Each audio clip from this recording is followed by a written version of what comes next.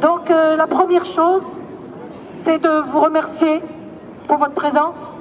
L'objectif de ce rassemblement est de rompre le silence qui règne encore et toujours autour de la situation en Palestine. Le choix du laisser-faire de nos gouvernements. Laisser-faire un État qui foule aux pieds le droit international et les droits de l'homme. Juste pour mémoire, l'occupation militaire de la Palestine, la colonisation, le blocus de Gaza, l'occupation, l'annexion et la colonisation de Jérusalem-Est, la non-reconnaissance du droit au retour des réfugiés, le mur d'annexion, l'entrave à la circulation, la confiscation des terres, de l'eau, les arrestations arbitraires, les détentions administratives, les emprisonnements d'enfants. J'arrête là, la liste est trop longue. C'est la liste des entraves, des infractions au droit international commis par l'État d'Israël. Autant d'entraves aux droits de l'homme et au droit international qui font à peine sourciller nos dirigeants. Rompre le silence. Rappeler que non, Gaza, on ne t'oublie pas. Et justement, rompre le silence assourdissant autour de l'arraisonnement de la Zeytouna.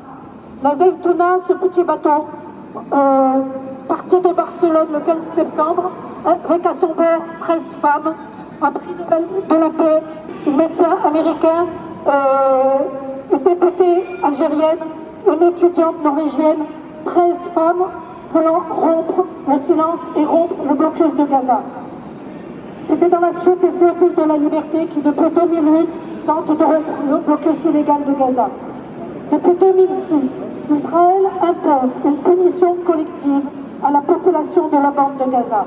C'est, comme tout ce que je disais tout à l'heure, une entrave au droit international. Le 15 septembre, elles sont parties de Barcelone, elles se sont arrêtées à Ajaccio, à Messine, en Grèce, et elles ont mis le cap sur Gaza. À 35 000 de Gaza, dans les eaux internationales, elles ont été victimes d'un acte de piraterie maritime, car il faut bien appeler les choses par leur nom.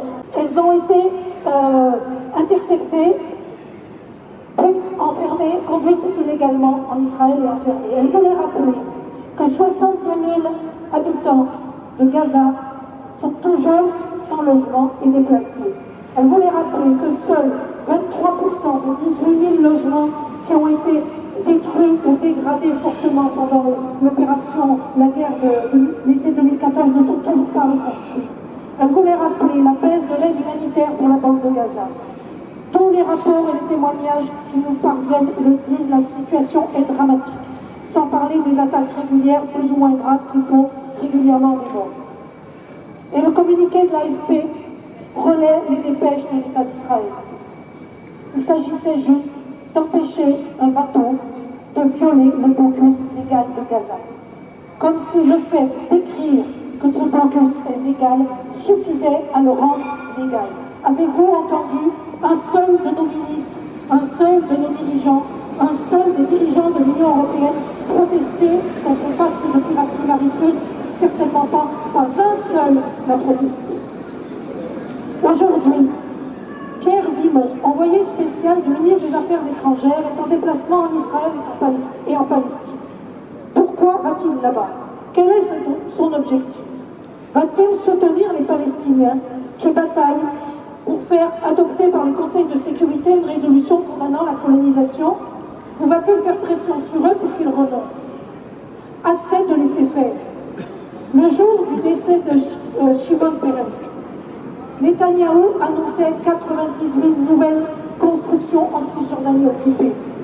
En un an, ce sont 250 Palestiniens qui ont été arrêtés pour incitation à la violence, ce sont les termes de motivation, pour avoir utilisé dans les réseaux sociaux des mots tels que intifada, martyr, résistance ou liberté.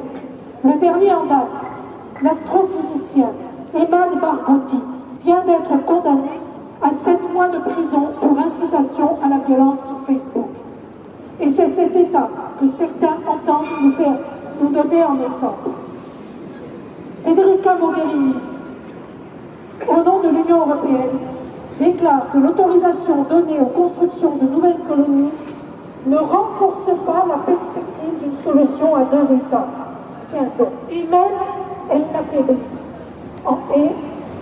éloigne encore la possibilité d'un État palestinien viable. Et alors, que faire? L'Union européenne doit dénoncer et suspendre l'accord d'association qui permet à Israël d'avoir une position privilégiée dans les échanges commerciaux avec l'Union européenne. Il s'agit d'une sanction. Un État qui ne respecte pas le droit international doit être sanctionné et c'est ce que nous demandons à l'Union européenne, la suspension immédiate de l'accord d'association. Les députés européens sont en train de lancer cette campagne, une campagne européenne. La députée européenne, Marie-Christine Vergiat, députée de notre circonscription, fait partie de ces députés. Pascal Durand également, qui sera ici à Grenoble le 19 novembre pour les 10 heures pour la Palestine, fait partie de ces députés européens qui vont lancer cette campagne pour la suspension de l'accord d'association. Donc bien évidemment, nous la relayerons et nous inviterons à y participer. Donc nous allons, juste pour mémoire, relire le texte d'appel que les organisations qui ont appelé à ce rassemblement ont fait, et puis